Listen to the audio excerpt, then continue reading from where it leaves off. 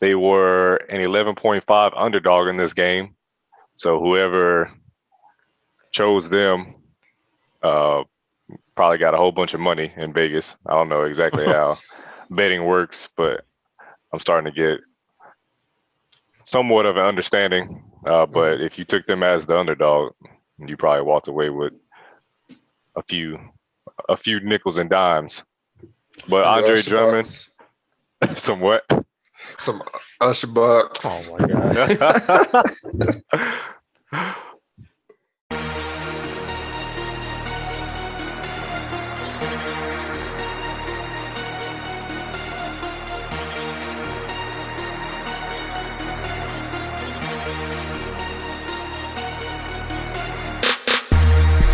What's up, Podsters? Welcome back to Pod Ties. I won't say an episode because we're doing it a little differently. Hopefully you all enjoyed episode 60. We had a great special guest. Shout out to Devin McCoy, Crazy Legs. But if you wake up Tuesday morning or whenever this is posted on Tuesday and you're like, what is Pod Ties doing upload a new episode on a Tuesday? It's because we're going to change it up a little bit, change the formatting and see how it works. So Tuesday, Wednesday, Thursday, and Friday, we'll have new topics, debates that won't be an hour plus. So we're going to cut them down. So yeah, we'll just rock with this and see how it works. And then maybe at some point, go back to having 3-hour episodes.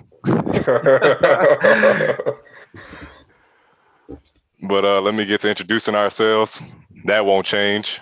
I am 1/4 of Pod Ties, Dylan, and these are my brothers / co-hosts. Jeff in the building won't be here for this topic or the next one, but he'll be back soon. Yep. Albert, the original. Let's go. And last but not least, the one, the only, Kyron. Yes, sir. All right, fellas. Saturday night, primetime game, potential NBA Finals matchup. Kyron's Brooklyn Nets versus the LA Lakers. It wasn't a star-studded slugfest as we hope to see if these two teams do meet in the NBA Finals in the summertime. LeBron James was out. Anthony Davis were out. They've been out. James Harden is out. So there was only KD and Kyrie. And then we got to see Andre Drummond, of course, on the Lakers' new acquisition there. So let's look at the result of the game and the stats. The Lakers won 126-101. They beat Brooklyn by 25 points. They were an 11.5 underdog in this game.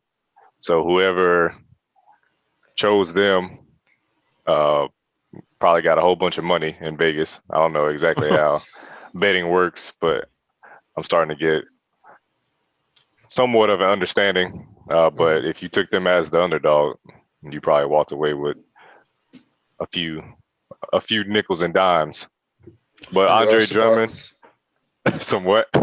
Some Usher bucks. Oh my god. Andre Drummond had 20 points and 11 rebounds. Dennis Schroeder had 19 points, 4 assists, but he was ejected in the third quarter. Yeah. We'll probably get to that at some point. Ben McLemore, this is his team debut as a Los Angeles Laker, and he had 17 points. Good pickup. Yep. Came from the Houston Rockets. And on the Brooklyn Nets side, Kevin Durant had 22 points. I mean, we expect nothing less, but he was on a minute restriction. 24 minutes played in the game. Kyrie Irving had 18 points, 4 rebounds, but a goose egg in the assist column. And he was also ejected in the third quarter. You probably put 2 and 2 together. And LaMarcus Aldridge, someone that they got in the buyout market. He had 12 points and 3 rebounds, and his main priority was guarding Andre Drummond, which doesn't look like it worked out. He didn't win this It's battle. never gonna work. He ain't gonna win any of them. Yeah, let's get into our debate. The question is, how concerned should the Brooklyn Nets be after losing by 25 points to a Lakers team that didn't have their 2 stars on the court? Not only did they lose, but they lost by 25 points. Let me say it again. 25 points, Kyron. How concerned are you being an extended family member of this organization? Look, man, I'm gonna say it don't matter. We got Kevin Durant minutes restriction. He would have played 30, 40 minutes straight buckets. He would have had at least like 40 points. Kyrie got ejected. I don't even know what for. They were just talking. Weak refs. They need to be fined. Get them boys out of here. Eject them. Inject themselves. I said inject. Eject themselves. Whoa. And then LaMarcus Aldridge, man. He's not gonna be able to guard Drummond. It's like a given fact. He's gonna get out rebounded, outscored every time. But Facts. they didn't have James Harden. That is their key right there. 7 games, I still don't believe that the Lakers got what it takes to beat them in the 7-game series. It's not going to happen.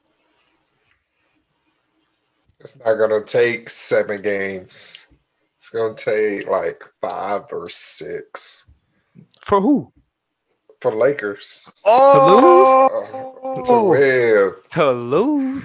Oh, The Brooklyn Nets going out in 5 games. yeah. What universe? If I was the Brooklyn Nets, I would be concerned about 25% because they did lose to the Lakers without their main 2 stars, LeBron and AD. But like you said, KD was on minute restrictions and James Harden was out. The problem, this is where the 25% comes in. You look at Kyrie Irving's stats. He had 18 points and no assists, something like that. Mm-hmm. And that means he came out in the game not looking to facilitate. He came out looking to score. He came out looking to, be the guy, pretty much be the aggressor for the most part. And that's not what you always need. I get that James Harden out, so he got to step up more, but you need to facilitate, get your other players involved because it's going to be a collective effort. If you're going to potentially play this team in the finals, it has to be a collective effort. It just can't be your 3 top stars getting the most points, right? It just can't be about James Harden, KD, and Kyrie, because you got to get LaMarcus Aldridge involved. You got to get that bench alive for them because look at what the Lakers are doing without their 2 stars. So imagine what they would do if, you say those guys get their points, that's fine, but the Lakers bench is much better than the Brooklyn Nets bench. So it's like, as soon as those guys go to the bench, it's like, what answer do you have for them? And it's but like, LaMarcus Aldridge is just there for pretty much for presence. He's a presence guy. He's not there to get that many points, maybe 14, 15 points. He should be there to be in rebounds and points, but it's just not the case, especially against Andre Drummond. Andre Drummond, he's forced to be reckoned with. That allows Anthony Davis to either swing out from on the opposite side, get some more perimeter shots in. So that's a double threat for them. So that's why I put it at 25%. I wouldn't be too concerned, but I mean, something in the back of your mind, it's like, hey, we shouldn't be losing by 25 to a LeBron list and AD list Lakers. I'll say they all not going to be off the court at the same time. One of them is going to be on the bench. They're going to keep switching out. So they're going to have a threat on the floor at all times, I'm sure. And then about Kyrie with this goose egg. This man already relinquished that PG role to James Harden when he came. He's been the aggressor pretty much the whole season. He drops his 40, 30 every night. So I don't think he already relinquished that role. He doesn't want that role. That's why James Harden has that role. But James Harden wasn't there, so where you think he would pick it back up? You said he wasn't there? He didn't play. Yeah. So he will pick it back up when he's not there, right? Not Kyrie. So who's the backup facilitator when James Harden is out with an injury? If it's the postseason and he's out, what do you do? Yep. That's a good question, and I haven't. Bring Steve Nash off the bench. Let me see. Let me look at the roster. Well, while you're looking up the roster, let me go because Kyron, you're a great basketball player. I respect you. You're my brother, but you're just biased when it comes to this topic. What? You just have too much optimism for this team because KD is on this roster, but there's a lot of holes in this team. A lot of weaknesses that need to be addressed, and it's a little bit too late for them to try to address them now. They thought they could address it when they picked up James Harden, but the roster, the actual depth of the team got worse when they picked them up. They thought they could address it and improve those weaknesses in the buyout market, and that didn't work because we just saw what happened. Andre Drummond was Godzilla, and LaMarcus Aldridge was King Kong, and we'll get to that later. We'll get to that, but I'm going to stick to basketball. Nah, I don't think he was King Kong. I think he was more like a human. What? Yeah. He couldn't even get King Kong's ability. Nah. He was somebody in Hong Kong, one of the apex people. But on defense, that's the problem. Defense wins championships. They're 25th in points allowed, 25th in defensive rating. You're allowing 114 points per game. And that's it. That's actually better than what they were doing at the beginning because they were allowing 122. But when we put up 130, 135, it's not going to matter. We can't if they can outscore teams. But how comfortable are you in relying on this team at scoring 130 plus points in the playoffs when the game slows down, when teams are more focused on defense rather than individual stats, and now it's more of a collected effort, and you're having a team like the Milwaukee Bucks with a Drew Holiday, a Giannis, defensive player of the year. You have a Brook Lopez in the paint. You have a Chris Middleton, who's a pretty underrated defender. Philadelphia, you have Joel Embiid, who could probably win MVP and Defensive Player of the Year. Ben Simmons, who's a 6'10" guard, and he could guard your best player.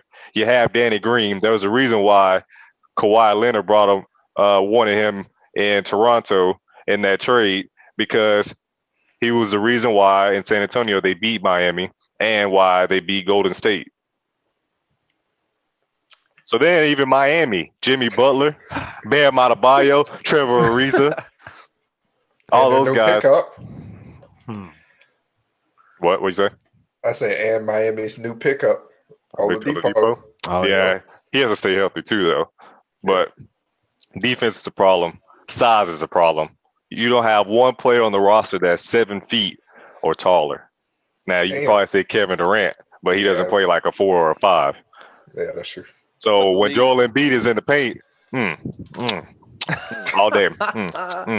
But you can play defense all you want. Of course, the other team is going to get some games in because they're not going to be able to keep up that amount of scoring for a 7-game series. They're going to get tired.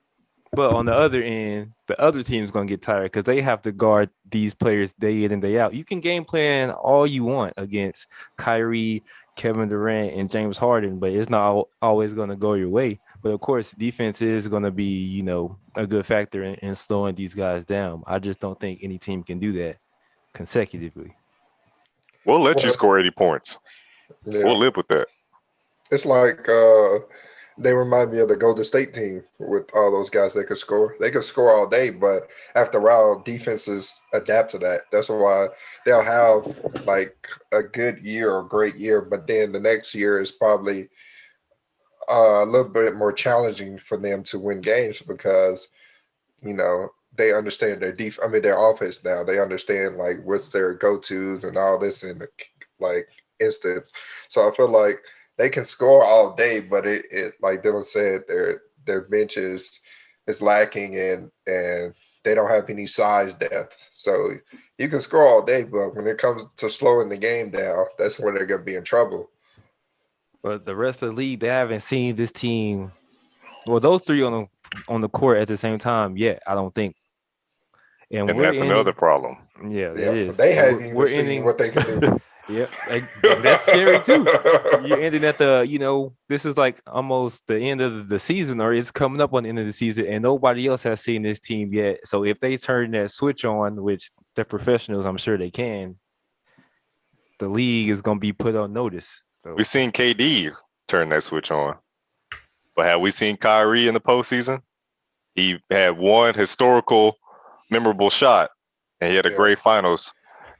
I'll say that. But since then, when have we seen him provide in the postseason? We've seen him miss an entire postseason last year in the bubble. He wasn't there for Brooklyn.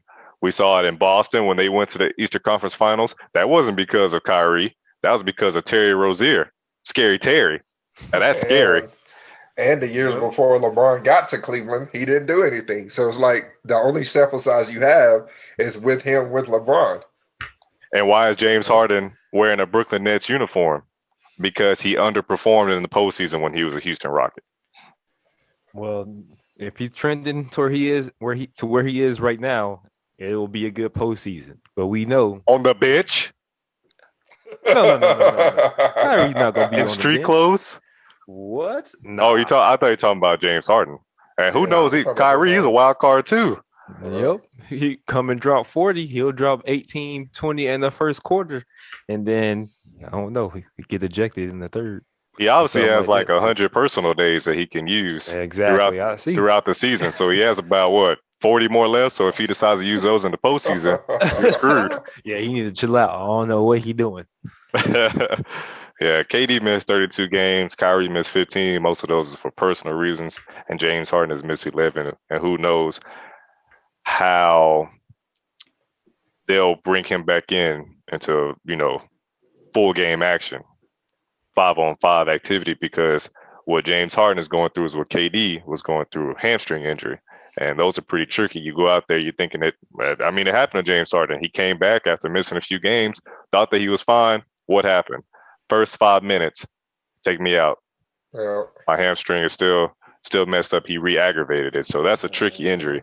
So if you don't have one of those guys in the postseason and you have to rely on the other two, you're not winning. You're not winning a chip, Kyron. I'm sorry.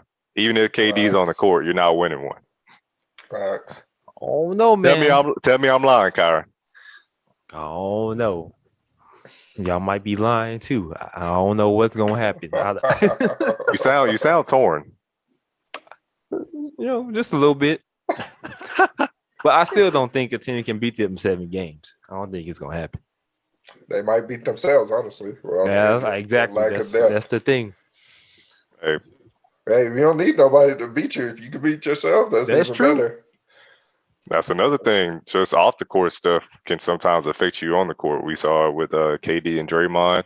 A lot of those contract situations. Now, these guys, they're under contract for a few years. So I'm not talking so much not internal conflict, but more of the reason why Kyrie and KD are getting media attention off the court. A lot of times that can affect your playing on the court. So we know with KD and the whole Michael Rappaport thing, Kyrie, he doesn't like the media. He takes all these personal days off and he doesn't really tell anybody.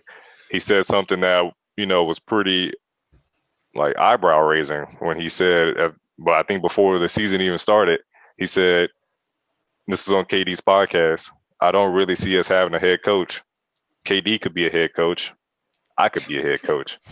basically saying, Steve Nash, I don't know why the hell you there, but we're just allowing you to enjoy the ride. Steve Nash not even really a coach. What's the name is? I'll forget his name. Mike D'Antoni? No. Vaughn? Is it Mike D'Antoni? Or is it Mike? D'Antoni's assistant coach there? Yeah. Mm-hmm. Oh, what? Oh, I guess I'll confuse it. Yeah, pretty much. Steve Nash is the face of the franchise. He's not really the actual. I said the face of the franchise. He's the face of the coaching staff. He's not really. So if Kyrie thinks that he's more intelligent or has a higher IQ than the coaches on the bench, and he decides to be the anchor or the captain of this team, this could go pretty bad, especially when you have a James Harden who seems to be hot-headed, gets pretty tempered very quickly. We know with his whole relationships with CP3, Russ, Dwight Howard, it always goes sour. So who knows if this will work out between him and Kyrie. Maybe Kyrie dribbles too much. That would be funny if James Harden told him that, because we know he dribbles more than anybody. But those two butt heads, and obviously KD's not going to step in. He's going to just talk about on his burner account, tweet it or something. So I wish they would say so. Who's going to be the guy to intervene if something goes on? Role players. DeAndre Jordan's not even playing, so I'm sure he's unhappy. Blake Griffin's not getting the minutes. LaMarcus Aldridge is not really getting minutes. I think that they'll probably increase them as they go, but if they increase those, then people like Bruce Brown, Landry Shamet, even Joe Harris, all those guys are not going to get minutes. You're not going to have a lot. Someone's going to be unhappy. So that's all I have to say, Kyle. I don't want to, be a Debbie Downer. I don't want to make your day, I don't want to end your day off on the wrong note, but just something to marinate and think about. So I'm with Albert. I said Nets, but I'm going Lakers, and let's go in don't 7. Say 5 because you smoking. I'm not gonna be disrespectful. No, I'll change it. Nets. I said Nets. Lakers in 6. Back to back. I'm picking 6 games. Back to back.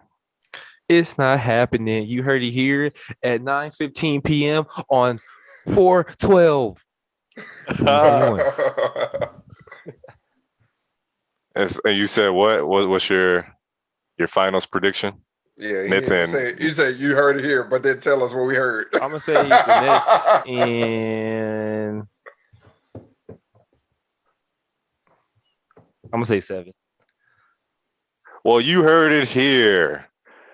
You would think it was 420 by the way he predicted the finals matchup, but because you smoking, because it won't end that way, buddy. It's been McLemore pickup. Whew.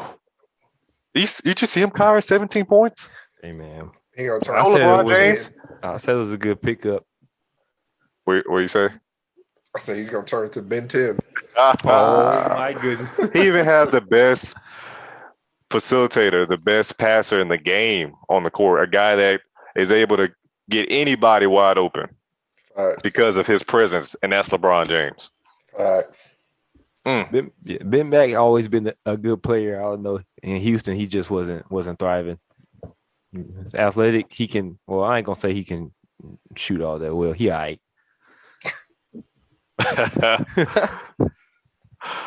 All right. Any last words before we end this? Nets in 7. You beat me too. I was gonna say Lakers in 7. Next week I'll probably say Nets in 7. I don't know. Nets in 9. Who knows? Yeah. I'm torn myself.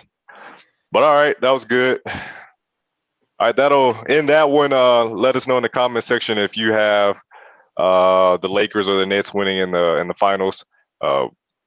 And should be good. The remaining schedule of the regular season should be a good one. We know the Nets and 76ers actually play pretty soon. It won't be, the what we hope to see if this is a potential Eastern Conference champion finals matchup, because of course James Harden is still out, and who knows if Kyrie will play. But still should be good to see those two teams go at it. But all right, guys. Kyron, Not looking too good. Now, right now, we're going to come back in a couple weeks and be like, man, you was right.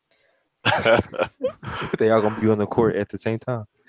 I know the Red Sea going to part when they all get on the court at the same time, but, you know, it's going to happen eventually.